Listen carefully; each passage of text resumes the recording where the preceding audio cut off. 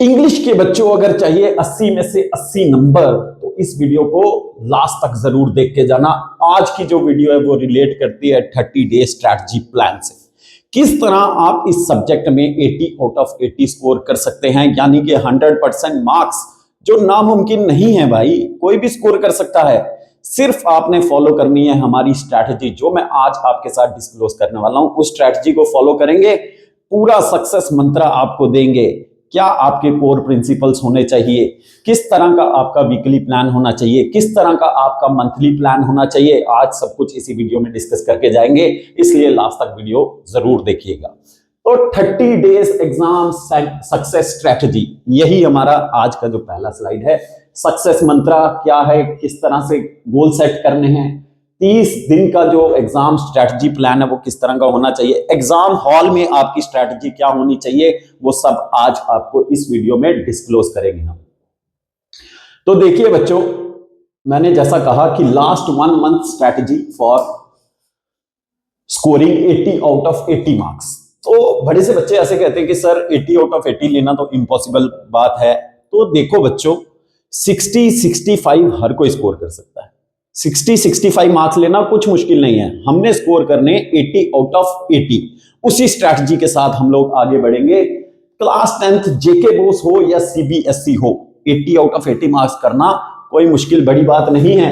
सिर्फ भाई ड्रामों में नहीं आना है, अपने जो कंसेप्ट्स हैं उनको क्लियर रखना है, हमारे फॉर्मेट्स को फॉलो करना है और मार्क्स जो हैं वो पूरे मिलेंगे। देखो कोर प्रिंसिपल्स क्या है। इंग्लिश जो है वो एक हाई स्कोरिंग सब्जेक्ट है, जिसमें आउट ऑफ बाकी सब्जेक्ट्स की बात करें तो अगर एक क्वेश्चन गलत हो गया तो मार्क्स आपके सीधे सीधे 5-6 जो है वो चले जाते हैं। लेकिन इंग्लिश जो आप थोड़ा बहुत भी रिलेटेड आंसर लिखते हो तो 6 में से 3 मार्क्स 4 मार्क्स तो मिल ही जाते हैं। लेकिन हम लोगों ने इस तरह से पढ़ाई करनी है कि पूरे 6 के 6 नंबर हमें क्वेश्चन में मिले, फॉर्मेट्स में पूरे नंबर मिले। 80 आउट ऑफ 80 मार्क्स हम लोग इंग्लिश में कैसे स्कोर करें। देखो, एक तो आपके आंसर्स जो हैं वो थोड़े से स्ट्रक्चर्ड होने चाहिए, तो एश्योर्ड मार्क्स जरूर मिल जाएंगे।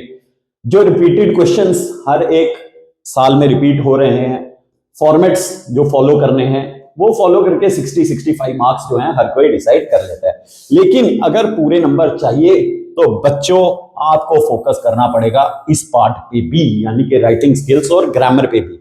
तो राइटिंग स्किल्स की ऑलरेडी वीडियोस जो हैं वो हम लोग चैनल पे डाल रहे हैं। अगर आपने नहीं देखी है तो प्लीज अभी के अभी जाके पहले राइटिंग स्किल्स की वीडियोस को देखो, तभी आप पूरे मार्क्स जो है वो स्कोर कर पाओगे। तो आज आपके लिए लेके आए हैं हम 30 days perfect division for scoring 80 out of 80 marks. तो मैं बार बार 80 आउट ऑफ 80 इसलिए बोल रहा हूं क्योंकि अगर आप वीडियो में लास्ट तक बने रहेंगे तो ये मार्क्स लेना इम्पॉसिबल नहीं है। पहले 1 to 10 डेज आप लोगों ने क्या करना है, अपने सिलेबस को अच्छे से समझना है, उसमें मास्टरी हासिल करनी है और नोट्स भी बनाते चलना है। फ्रॉम डेज 11 to 20 आप लोगों ने प्रैक्टिस करनी है आंसर और राइटिंग स्किल्स की, और डेज 21 to 30 में आप लोग रिवीजन करेंगे और मॉक्स भी देंगे।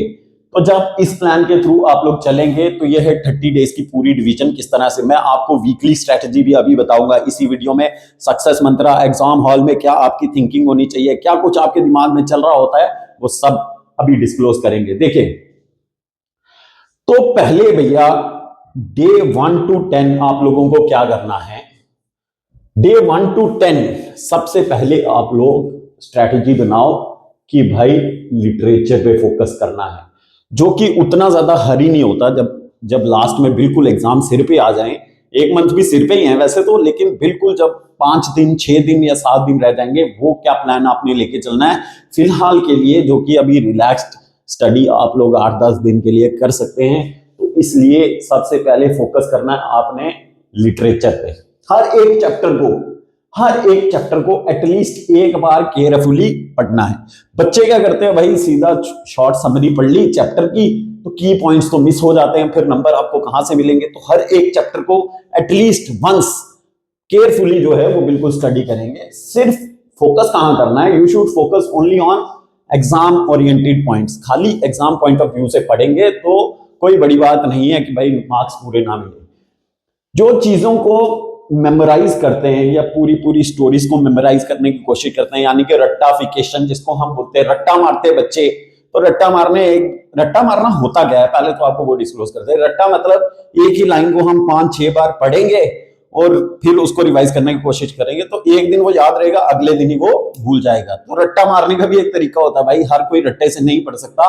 अगर आपको चीजें कंसेप्ट क्लियर हैं तो रट्टा मारने की कोई जरूरत होती नहीं है। इसलिए हमेशा क्या करना है, मेमोराइज करने की कोशिश नहीं करनी है और शॉर्ट नोट्स बना के रखने चाहिए। अगर आप किसी भी चैप्टर के जो इंपॉर्टेंट पॉइंट्स है या जो मेन पॉइंट्स हैं उनके शॉर्ट्स नोट्स बना लेंगे तो मार्क्स जो हैं वो पूरे मिलेंगे, कोई वो बड़ी बात नहीं है।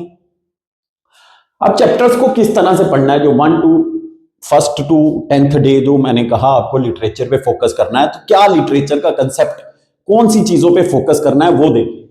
सबसे पहले आपने हर एक चैप्टर को प्रिपेयर करना है, हर एक चैप्टर की थीम, एटलीस्ट 2 लाइंस तो आपने हर एक चैप्टर की थीम को प्रिपेयर करना ही करना है। सेकंड, जितने आपके कैरेक्टर स्केचेस उस चैप्टर में आ रहे हैं, हर एक चैप्टर का कैरेक्टर स्केच आपको जरूर पढ़ना है। 5 पॉइंट्स आपको इसके मिल जाएंगे। हर एक चैप्टर का सेंट्रल आइडिया, थीम जिसको हम बोलते हैं या सेंट्रल आइडिया, वो जरूर पढ़ना है और हर एक चैप्टर का मैसेज भी पढ़ना है। 2-3 इंपॉर्टेंट कोटेशंस जो चैप्टर में उस क्वेश्चन से रिलेट करती होंगी वो भी आप लोग जरूर देखें।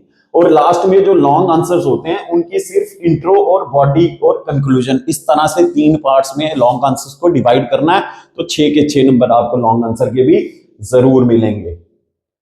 इसके बाद आपको बता दें एक गोल्डन रूल, तो this is the golden rule which you should listen very carefully. Golden rule क्या है कि भैया नेवर मेमोराइज फुल आंसर्स, पूरे आंसर्स को याद रखने की जरूरत नहीं है।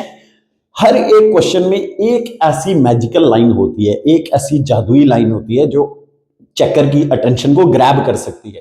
तो बस हमें वो लाइन जो है उसको ढूंढना है, किस तरह से हम चेकर की जो अटेंशन है उसको अट्रैक्ट कर सकते हैं, तो उस लाइन को हमेशा याद रखना है।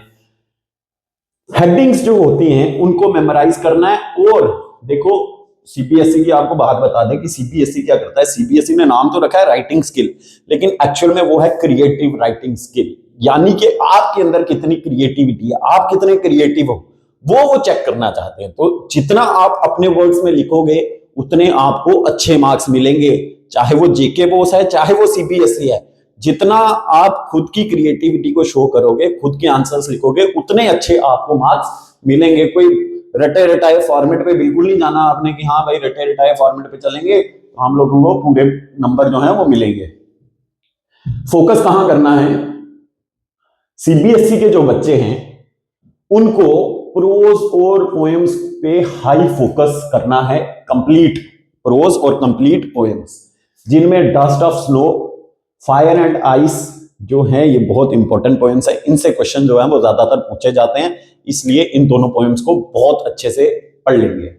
उसके बाद एक आपका प्ले है प्रपोजल जो लोमोव और नटालिया से रिलेट करता है। कुछ क्वेश्चन नहीं है, बड़े छोटे छोटे इसके क्वेश्चन बनते हैं। हाँ भाई लोमोव कौन था, Lomov was a man who was having perspirations, बार बार वो बेहोश हो जाता है। he went to propose Natalia, वहां भी वो फेंट हो जाता है। they had quarrel, 3 quarrels और 2 quarrels, पहली quarrel was on Oxen Meadow, second quarrel was on the breed of dogs. तो बस यही 2-4 क्वेश्चन बनते हैं, पढ़ लेंगे बस। और एक जो आपका क्वेश्चन है थीफ स्टोरी से भी आ सकता है, जो अनिल और हरि सिंह की कहानी है, जो बहुत इंस्पायरिंग स्टोरी है कि किस तरह से एक भटके हुए आदमी को जो है अनिल किस तरह से एक भटके हुए आदमी को सीधे रास्ते पे लेके आते हैं। तो ये थी बात भाई 1 to 10, 1st to 10th day आप लोगों ने लिटरेचर पे फोकस करना है, किस तरह से करना है होपफुली आप लोग सब समझ गए हैं। अब जब आ जाएगा डे 11 to 20, तो 11 to 20 डेज में आपने क्या करना है, इसको आपने डिवाइड करना है प्रैक्टिस फेज में। जितनी प्रैक्टिस करेंगे, practice makes a man perfect, ये तो आपने बचपन से सुनते आए हो, तो भाई इसको अमल में भी लाना है। जितनी आप इंग्लिश की प्रैक्टिस करोगे उतनी अच्छी आपको इंग्लिश जो है वो आएगी। तो प्रैक्टिस फेज में आपने क्या करना है, डेली राइटिंग प्रैक्टिस करनी है, क्योंकि बड़े से बच्चे ऐसे होते हैं जो ऑनलाइन पढ़ते तो रहते हैं लेकिन उनकी जो राइटिंग स्पीड है वो मैच नहीं होती और लास्ट में टाइम कम रह जाता है और क्वेश्चन जो है वो छूट जाते हैं। तो माइंड माय वर्ड्स, अगर आपने डायरेक्टली एक क्वेश्चन छोड़ ही दिया, यानी कि 6 मार्क्स का आपने क्वेश्चन छोड़ ही दिया, तो वो 6 तो आपको कभी भी नहीं मिलने वाले। तो एटलीस्ट अगर 6 मार्क्स के क्वेश्चन में 2-4 पॉइंट्स, 4-5 पॉइंट्स आप लोग लिख भी रहे हो तो 6 में से 3-4-5 नंबर आपको जरूर मिलेंगे। इसलिए कोशिश ये करनी है कि with in the time limit और एंड के जो 10 मिनट्स होते हैं उसको रखना है। बताएंगे क्यों, वो भी डिस्क्लोज करेंगे बड़ी जल्दी। सबसे ज्यादा फोकस करना है, ग्रामर प्रैक्टिस करते रहना है हर एक दिन। ऐसा नहीं है कि भाई एक दिन ग्रामर प्रैक्टिस करी तो 3-4 दिन बाद आप ग्रामर प्रैक्टिस करो तो फिर वो जो रूल्स होते हैं ग्रामर के वो आप भूल जाओगे और कभी भी याद नहीं आएंगे। इसलिए डेली जो है वो ग्रामर की प्रैक्टिस करनी है। उसके बाद फॉर्मेट्स, जितने भी राइटिंग स्किल के फॉर्मेट्स हैं उनको अच्छे से पढ़ना है और कीवर्ड्स पे ज्यादा फोकस करना है। आगे बढ़ेंगे। राइटिंग सेक्शन जो सबसे ज्यादा मार्क्स स्कोरिंग होती है, जैसा मैंने कहा आपको कि सीबीएसई डिवाइड करता है, इसको राइटिंग स्किल नहीं कहते, इसको कहते हैं क्रिएटिव राइटिंग स्किल। तो जितना आप क्रिएटिविटी अपनी शो करेंगे, जितने आप क्रिएटिव हैं उतने अच्छे मार्क्स आपको मिलेंगे। इसलिए खुद की स्किल को यूज करना है, ना कि रटे रटाए फॉर्मेट्स के पीछे भागना है। तो राइटिंग सेक्शन जो 30 से 35 मार्क्स में डिवाइडेड होती है उसको आपने डेली प्रैक्टिस करना है। डेली एक आध एप्लीकेशन तो लिख ही लेनी है। हर एक दिन आपने एक आर्टिकल और एक स्पीच को भी लिखना है। प्रैक्टिस करेंगे तभी बात बनेगी। नोटिस और पोस्टर जो हैं, जो 3 या 4 मार्क्स में आते हैं, इसको आप अल्टरनेट डेज पे भी ले सकते हो, लेकिन जो 6 नंबर के टॉपिक हैं इनको आप डेली प्रैक्टिस करें। तो जब आपके 6 नंबर के टॉपिक्स परफेक्ट हो जाएंगे तो नंबर जाने की गुंजाइश रहेगी नहीं। रिपोर्ट और डिबेट जो है इसको भी आप अल्टरनेट डेज पे फोकस कर सकते हो। आगे बढ़ेंगे तो आपको बता देते हैं राइटिंग टिप्स कि किस तरह से आप लोग पूरे मार्क्स स्कोर कर सकते हो। देखो, एग्जाम स्कोरिंग मुश्किल तो नहीं है, लेकिन आपको क्या करना है, पूरे फॉर्मेट्स को फॉलो करना है। जब आप स्ट्रिक्टली फॉर्मेट्स को फॉलो करोगे तो नंबर पूरे मिलेंगे ही मिलेंगे। नोटिस का फॉर्मेट, नोट मेकिंग का फॉर्मेट, मैसेज का फॉर्मेट ऑलरेडी हम लोगों ने पोस्ट कर दिया है, तो आप लोग जरूर उन वीडियोस को भी देखें। उसके बाद हेडिंग्स का यूज करना है और पैराग्राफ्स कोशिश करनी है कि पैराग्राफ्स में आपका आंसर हो। जो लॉन्ग आंसर है स्पेशली उनको पैराग्राफ्स में डिवाइड करने की कोशिश करनी है। वर्ड लिमिट को मेंटेन करना है। ऐसा नहीं है कि अगर 2 मार्क्स का क्वेश्चन है तो आप उसकी वर्ड लिमिट ले जाओ 120 वर्ड्स, 180 वर्ड्स, तो भाई नंबर उसके 2 ही हैं। सिर्फ जो लॉन्ग आंसर है उनकी वर्ड लिमिट को वहां तक लेके जाना है। बाकी 2 मार्क्स में 30 वर्ड्स, 40 वर्ड्स और मोर देन इनफ, उतना ही लिखेंगे जितने नंबर है। और सबसे बड़ी बात कि भाई हैंडराइटिंग नीट होनी चाहिए। जो चीज, अब सपोज कर लो आपने किसी की नोटबुक चेक करनी है तो आपको कुछ पढ़ा ही नहीं जा रहा, तो आप उसको नंबर कैसे दोगे? तो इसलिए जब तक वो आपकी राइटिंग जो है लिजिबल नहीं है, यानी कि हैंडराइटिंग पढ़ी नहीं जा रही, तब तक आपके नंबर नहीं आएंगे। तो राइटिंग थोड़ी अच्छी होनी चाहिए। नंबरिंग जो क्वेश्चंस की है वो एग्जैक्ट होनी चाहिए, तो मार्क्स लेना कोई बड़ी बात नहीं है। ग्रामर की बात करें तो फ्री के नंबर होते हैं भाई ग्रामर के। राइटिंग स्किल्स में फॉर्मेट्स पढ़ने पड़ते हैं, लिटरेचर को आपको पढ़ना पड़ेगा, लेकिन ग्रामर तो फ्री के नंबर है। प्रैक्टिस करेंगे तो आ ही जाएंगे। अगर आपको इन ये जो टॉपिक्स आपको दिख रहे हैं, determiners, models, active passive, reported speech, clauses, अगर इनमें किसी भी टॉपिक में आपको कोई भी डाउट है तो कमेंट में जरूर मेंशन करें। अगली सीरीज जो है वो उसी टॉपिक पे हम लोग डालने की कोशिश करेंगे। टॉपिक देख लेंगे, determiners, models, active passive, reported speech and clauses. इन्हीं टॉपिक्स को प्रैक्टिस करना है। इन्हीं में से आपको जो है वो क्वेश्चन ज्यादातर एडिटिंग आएगी, एरर्स आएंगे, तो वो इन्हीं में से आने की चांसेस होते हैं। अब ये बात हो गई भाई फर्स्ट 20 डेज में आप लोगों ने किस तरह से तैयारी करनी है। अब बात करेंगे 21st to 30th डे आप लोगों ने क्या करना है। ये भाई फाइनल बूस्ट, यानी कि फाइनली आप लोगों ने इतनी मेहनत जो 20 दिन की है उसको चेकआउट करने की बारी है। तो फाइनल बूस्ट में आपने क्या करना है, पूरे 10 मॉक पेपर्स को जरूर प्रैक्टिस करना है। 10 ना करो, एटलीस्ट 6 मॉक टेस्ट जो हैं वो जरूर दे। जब मॉक दोगे तो फियर, जो अंदर डर होता है ना कि भाई नंबर नहीं हम लोग स्कोर कर सकते, वो डर खत्म हो जाएगा। तो मॉक दे दे के इतने परफेक्ट बन जाओ कि नंबर काट जाने की गुंजाइश ही ना बचे। दूसरी बात की एग्जैक्ट एग्जाम टाइमिंग को मैच करना है। मैंने पहले ही आपको कहा कि भाई हर एक लॉन्ग आंसर को आप ज्यादा से ज्यादा 10 मिनट दे सकते हैं। 7 minute is the perfect timing for a long answer and 2 minutes is the perfect timing for a short answer. तो 2 मिनट में शॉर्ट आंसर खत्म करना है और 7 मिनट में लॉन्ग आंसर खत्म करना है। Improve your speed and accuracy, कितने आप लोग एक्यूरेट हैं, और स्पीड को इंप्रूव करना है। ऐसा ना हो कि कुछ छूट जाएगा तो उसके नंबर नहीं मिलेंगे। मैंने पहले भी कहा, कोशिश ये करनी है कि छोड़ें हम कुछ ना, और तभी फिर हम लोग पूरे नंबर ले सकते हैं। आंसर की प्रेजेंटेशन स्ट्रेटेजी क्या होनी चाहिए, किस तरह से आपको आंसर को प्रेजेंट करना है, वो भी आपको बताते हैं। देखें, जो आप लोगों ने पॉइंट्स लेने हैं वो डायरेक्ट पॉइंट से आंसर स्टार्ट करो, ज्यादा गोल गोल घूमने की जरूरत नहीं है, टू द पॉइंट आंसर्स लिखना ज्यादा बेटर रहेगा। दूसरी बात की जो कीवर्ड्स या इंपॉर्टेंट वर्ड्स आपको लगते हैं उनको अंडरलाइन कर दो, तो चेकर जो है उसको सीधे ही वो कीवर्ड्स दिख जाएंगे, तो बच्चे ने पढ़ा है वो क्लियर हो जाएगा, नंबर आपको दे देगा। और क्लियर हेडिंग्स भी मेंशन करनी है, यानी कि जितनी भी हेडिंग्स आप लोग मेंशन कर रहे हो वो क्लियर होनी चाहिए कि भाई आप किस टॉपिक पे बात कर रहे हो। लास्ट 7 दिन जो होंगे, जो 30 दिन का प्लान तो आपके साथ डिस्कस हो गया कि 1st to 10th डे आपने क्या करना है, 11 to 20th डे क्या करना है, and from 21st to 30th day आपने क्या करना है। लास्ट के जो 7 दिन बचेंगे, जब बिल्कुल पेपर सिर पे आ जाए, बोझ उठाया ना जाए, हम लोग थक हार जाएं कि बस भाई अब और पढ़ाई नहीं होती है, तब 7 दिन में क्या करना है वो बताते हैं आपको। देखें, लास्ट 7 डेज रिवीजन प्लान किस तरह से करना है। 2 दिन जो पहले होंगे वो लिटरेचर को रिवाइज करना है।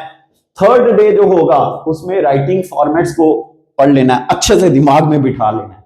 4th डे आपने फोकस करना है ग्रामर पे।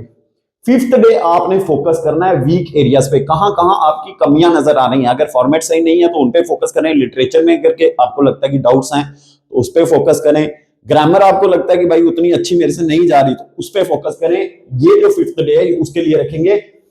डे जो 6th है उसमें एक फुल मॉक टेस्ट जो है वो आप लोग जरूर प्रिपेयर करें, और लास्ट में बिल्कुल लाइट रिवीजन करनी है, ज्यादा ऐसा नहीं कि भाई छूट गया, नए चैप्टर्स पढ़ने हैं, वो लास्ट के दिनों में बिल्कुल नहीं करना है। जब नया पढ़ोगे तो पुराना जो होगा वो वॉश आउट हो गया होगा, तो इसलिए लास्ट के जो 7 दिन है बिल्कुल लाइट रिवीजन पे रखने हैं। और लास्ट के जो 3 दिन है वो भी आपको बता दें कि लास्ट के 3 डेज देख लो भाई, मैंने इतना बड़ा क्रॉस बना के रखा है कि भाई ये चीजें बिल्कुल अवॉइड करनी है, नहीं करना है ये सब जो भी दिखाई दे रहा है कि कोई नया चैप्टर भाई नहीं पढ़ना, उससे पहले ही आपकी तैयारी जो है वो कंप्लीट हो जानी चाहिए। लास्ट के 3 दिन सिर्फ लाइट रिवीजन के लिए रखेंगे, कोई लेट नाइट स्टडी नहीं करनी है। अभी बच्चे जो है पूरी पूरी रात जाग जाग के पढ़ रहे हैं, तो ऐसा नहीं है एग्जाम में पहुंचे तो वहां नींद आ जाए, है ना, और एग्जाम छूट जाए, पता ही ना लगे कि भाई पेपर होना है या नहीं हो रहा। तो इसलिए लेट नाइट जो स्टडी है वो बिल्कुल नहीं करनी है। लास्ट के 3 दिन की बात कर रहा हूं भाई, ऐसा नहीं है अभी सोच लो कि भाई 30 दिन कुछ नहीं पढ़ना और सोए रहना, तो फिर नहीं नंबर आते, ठीक है। और लास्ट में जो सबसे इंपॉर्टेंट पॉइंट है कि भाई जितनी भी राइटिंग स्किल्स होती हैं, जितनी भी ग्रामर का पार्ट होता है, उसमें ओवर कटिंग नहीं होनी चाहिए। ओवर कटिंग क्या होता है, सपोज कर लो मैं यहां नाम लिख रहा हूं AYAN, एआन, मुझे नाम पसंद नहीं आया, मैं इसको ऐसे है ना, तो ये जो है ये बिल्कुल नहीं होना चाहिए। अगर आपको कोई चीज काटनी भी है, सपोज कर लो मैंने नाम काटना है, तो एक छोटी सी लाइन जो दिखे भी ना कि भाई आपने क्रॉस किया हुआ है, उस तरह से आप लोग करेंगे तो नंबर जरूर मिलेंगे। आगे बढ़ेंगे हम, तो एग्जाम हॉल में क्या करना है आपने, एग्जाम हॉल स्ट्रेटजी आपकी कैसी होनी चाहिए। सबसे पहले कोशिश ये करनी है कि फ्रेश माइंड जब आपका हो तब आप लोग एडिटिंग अटेम्प्ट करें, क्योंकि फ्रेश माइंड से आप लोग गए होते हो, सब कुछ दिमाग में फ्रेश होता है, तो एडिटिंग अटेम्प्ट करेंगे तो ज्यादा चांसेस हैं कि भाई आपका कुछ छूटेगा नहीं। तो at the end of the exam वो सब कुछ हौच पौच हो गया होता है और एडिटिंग अटेम्प्ट नहीं होती है, तो इसलिए पहली कोशिश यही करनी है कि सबसे पहले एडिटिंग अटेम्प्ट करें। दूसरी बात की इजी क्वेश्चंस को पहले अटेम्प्ट करने की कोशिश करनी है जिसमें आप 100% श्योर हो। तो आपने बचपन से यही सुना है, first impression is the last impression, तो भाई उसको अमल में लाना है। पहला जो आपका क्वेश्चन है, आपकी शीट है, वो 100% एक्यूरेट होनी चाहिए, यानी कि वो जो आपको, जिसमें आपको पूरा कॉन्फिडेंस है कि भाई यहां से मेरे नंबर नहीं जा सकते, उसी चीज को सबसे पहले अटेम्प्ट करें। सेकेंड इज की राइटिंग सेक्शन जो है वो फ्रेश माइंड से करें। ग्रामर और राइटिंग सेक्शन मैंने पहले भी आपको कहा, क्वालिटी पे काम करना है ना कि क्वांटिटी पे, यानी कि जितना बल्क दिमाग में ज्यादा बोझ स्टोर नहीं करना। क्वालिटी वर्क, स्मार्ट वर्क जिसको बोलते हैं, हार्ड वर्क तो ठीक है, पहले कहते थे भाई hard work is the key to success, आजकल कहते हैं smart work is the key to success. किस तरह से स्मार्ट, बाकी लोगों से अलग क्या कर रहे हैं हम लोग, वही मैटर करता है। तो क्वालिटी पे फोकस करना है ना कि क्वांटिटी पे। और लास्ट के 5 या 10 मिनट एग्जाम हॉल में, लास्ट के जो 10 मिनट हैं उसको आपने रखना है अपने पेपर को रिवाइज करने के लिए। तो देखें भाई, इंसान जो है वो गलतियों का पुतला है, ये तो सबको पता है ना।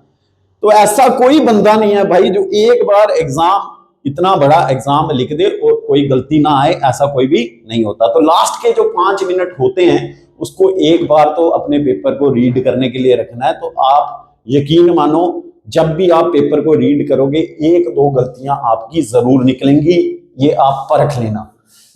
आगे बढ़ेंगे तो लास्ट में आपको एक फाइनल एडवाइस दे देते हैं कि भाई इंपॉर्टेंट क्वेश्चंस जो हैं उन पे ज्यादा फोकस करना है, ना कि फालतू के क्वेश्चंस पढ़ते रहो। फॉर्मेट प्रैक्टिस करने हैं और आंसर्स कोशिश करनी है कि स्ट्रक्चर्ड आंसर्स हो, तो नंबर आपके इतने आएंगे, इतने दिख रहे हैं ना, इतने नंबर। कोई काट गया तो हमें आगे बोल देना कि सर हमारे नंबर नहीं आए। और 80 आउट ऑफ 80 जो है वो अचीवेबल है, ऐसा नहीं है इम्पॉसिबल वाली बात नहीं है। हम में से ही है बच्चे जो 80 आउट ऑफ 80 स्कोर करते हैं, ऊपर से नहीं गिरते ना कोई जो 80 आउट ऑफ 80 स्कोर करते हैं। जो मेहनत करता है भाई उसका रिजल्ट उसके हाथ में होता है। और लास्ट में आपको एक मंत्रा भी देंगे, सक्सेस मंत्रा, तो इसको जरूर आप देख के जाना। सक्सेस मंत्रा क्या है कि भाई रीड स्मार्टली पढ़ना है, प्रैक्टिस डेली प्रैक्टिस करेंगे तो नंबर पूरे जरूर मिलेंगे। राइटिंग में सुधार लाना है, डॉक्टर्स वाली हैंडराइटिंग वो आफ्टर 12th जो है वो डॉक्टर बनना है, उससे पहले डॉक्टर वाली हैंडराइटिंग नहीं लेनी। आजकल तो डॉक्टर्स भी भाई कंप्यूटराइज्ड पर्चियां आती हैं, तो उस पर भी बिल्कुल नहीं जाना। कोशिश ये करनी है कि जो भी आपकी हैंडराइटिंग है वो लेजिबल हो, पढ़ी जाए, और जब चेकर आपका पेपर देखे तो इतना ज्यादा इंप्रेस्ड हो जाए कि नंबर काटना उसको पता ही ना कि कहां से काटूं। इस तरह का पेपर आपका नीटली होना चाहिए। लास्ट में बिल्कुल प्रॉपरली आप लोग हर एक चीज को रिवाइज करो, तो पूरी स्ट्रैटेजी आपके साथ 30 दिन का क्या प्लान होना चाहिए, किस तरह से आपको पढ़ना है, पहले 10 दिन, अगले 10 दिन और लास्ट के 10 दिन में क्या स्ट्रैटेजी फॉलो करनी है।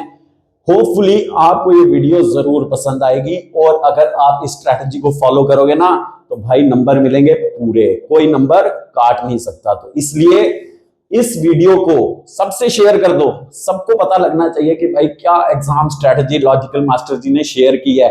जब सबको पता लग जाएगा तो सबके अच्छे अच्छे नंबर आएंगे, तो आप लोगों को भी खुशी होगी कि मैंने वीडियो शेयर की थी उस बंदे को, उसके इतने नंबर आए, फिर उसने आगे शेयर की थी उसके इतने नंबर आए। तो जब मार्क्स कंपेयर करोगे ना, देखना कितना अच्छा अच्छा लगता है।